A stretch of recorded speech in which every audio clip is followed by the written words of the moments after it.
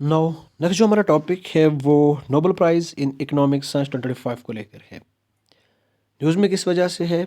Recently Sveriges Riksbank prize in economics science 2025 ये Nobel prize है economics science में। ये इन तीन लोगों को दिया गया है। किस लिए? इन्होंने एक्सप्लेन किया है इनोवेशन ड्राइवन इकोनॉमिक ग्रोथ को, तो इसी कंट्रीब्यूशन के लिए इनको ये अवार्ड मिला है, तो इसी वजह से ये न्यूज़ में भी है।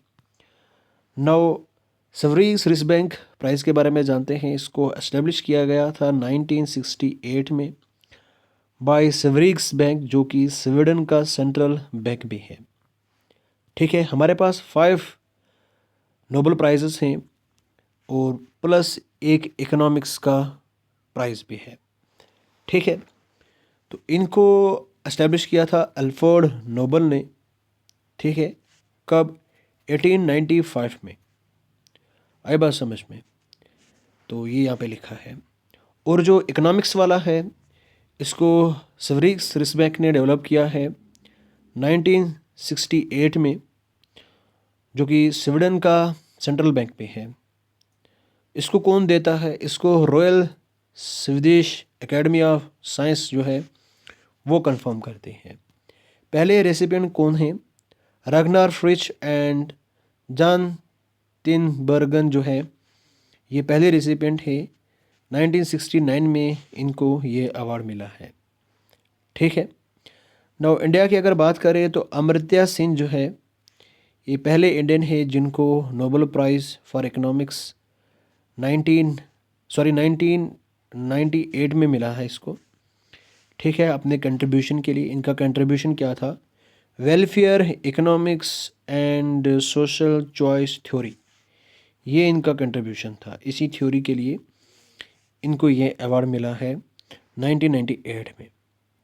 ठीक है, ना 25 के जो लोरेट्स हैं इनका क्या कंट्रीब्यूशन रहा है? तो जोएल मोकेर की अगर हम बात करें तो इन्होंने आइडेंटिफाई किया है pre requisite for sustained growth through technological progress. ठीक है, ना टेक्नोलॉजी में एडवांसमेंट आएगी तो सस्टेन्ड ग्रोथ को हम ड्राइव कर सकेंगे। ठीक है, नाउ 3 की एलिमेंट्स इसने बताए। Joint evolution of science and technology. ठीक है, mechanical competence and society open to change, कि सोसाइटी तैयार होनी चाहिए, ओपन होनी चाहिए चेंज के लिए, और हमें टेक्नोलॉजी को और साइंस को जॉइंटली इवॉल्व करना है। ठीक है, न फिलिप एगिहन एंड पीटर होविट, इनका क्या कंट्रीब्यूशन है? इन्होंने थ्योरी ऑफ क्रिएटिव डिस्ट्रक्शन दी है।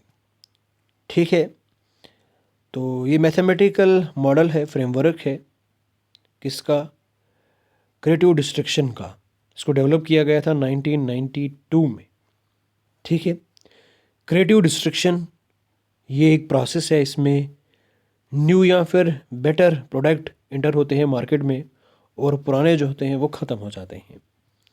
ठीक है, ये क्रिएटिव इस वजह से है क्योंकि यहाँ पे कोई नई चीज़ इंट्रोड्यूस होती है। डिस्ट्रक्टिव इस वजह से है, पुरानी चीज़ जो है वो ख़त्म हो जाती है मार्केट से। आई बात समझ में? नाउ अगर हम बात करें तो एक क्या रूल्स हैं इस इनोवेशन एंड नॉलेज के ग्रोथ में? तो सबसे पहले ये जो इनोवेशन है और नॉलेज है ग्रोथ में, ये क्या करेगी? प्रोडक्टिविटी को बूस्ट करेगी। सेम इनपुट्स जनरेट करेंगे ग्रेटर आउटपुट।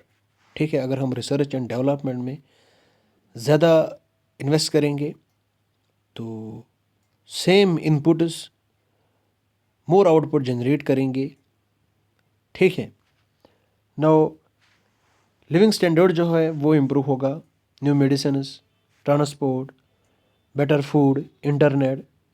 ठीक है, तो इस वजह से हमारी जो लिविंग स्टैंडर्ड है वो भी इम्प्रूव होगी। ये इकोनॉमीज़ को ट्रांसफ़र करेगा नॉलेज बेस्ड सिस्टम में। तो जो कंट्रीज़ इन्वेस्ट करती हैं एजुकेशन में, जैसे कि साउथ कोरिया की एग्जांपल है, ये जो साउथ कोरिया है ये 4.9% जीडीपी का इन्होंने इन्वेस्ट किया है। ठीक है, तो यहाँ पे फास्टर जीडीपी ग्रोथ देखने को मिली, हाई हियर इनकम मोबिलिटी देखने को मिली। ये इनकरेज करेगा entrepreneurship and high value jobs को। स्टार्टअप इंडिया इकोसिस्टम, इसने 1.5 लाख स्टार्टअप्स को क्रिएट किया और 17 लाख डायरेक्ट जॉब्स को भी क्रिएट किया। Sustainable and inclusive growth promote होगी। ठीक है, मोस्ट कॉस्ट इफेक्टिव ऑप्शंस होंगे न्यू इलेक्ट्रिसिटी जनरेशन के लिए, जैसे कि ऑनशोर विंड है, सोलर सिस्टम है। ठीक है, सोलर पैनल्स हैं। नाउ क्रिएटिव डिस्ट्रक्शन का क्या रोल है ग्रोथ में? इनोवेशन को फास्टर करेगा, टेक्नोलॉजी को अपग्रेड करेगा। फॉर एग्जांपल ऑटोमोबाइल इंडस्ट्री की अगर हम बात करें तो हमने शिफ्ट किया है ट्रेडिशनल कंबशन इंजन फॉर्म्स से कहाँ पे, इलेक्ट्रिक व्हीकल्स की ओर। आई बात समझ में? यहाँ पे नया मार्केट क्रिएट हुआ बैटरीज के लिए और क्लीन एनर्जी के लिए। ये एंटरप्रेन्योरशिप एंड कंपटीशन को भी इंक्रीज करेगा।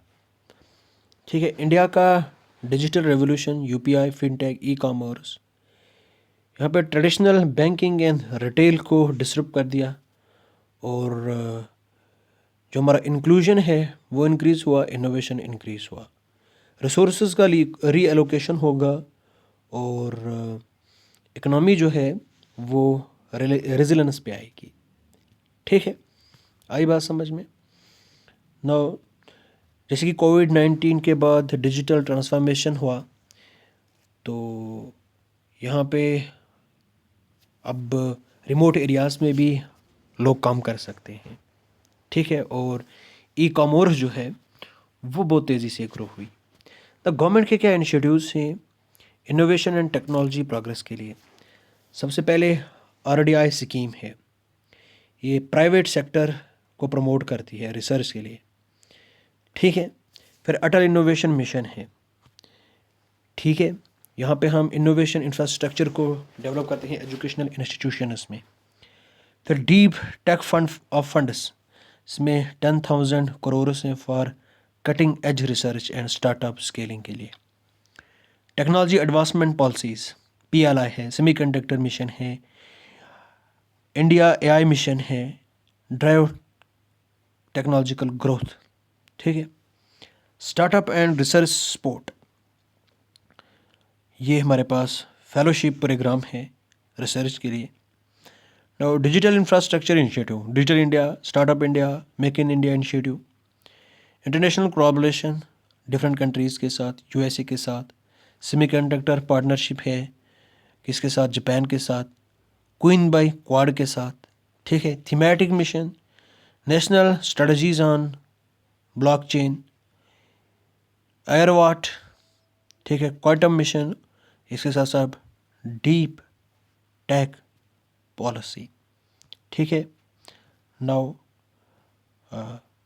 अगर हम बात करें, अगर हम इन्वेस्टमेंट करेंगे इंफ्रास्ट्रक्चर पे, एजुकेशन पे, हेल्थ पे, ये प्रोडक्टिविटी को बूस्ट करेगी। ठीक है, आई बात समझ में?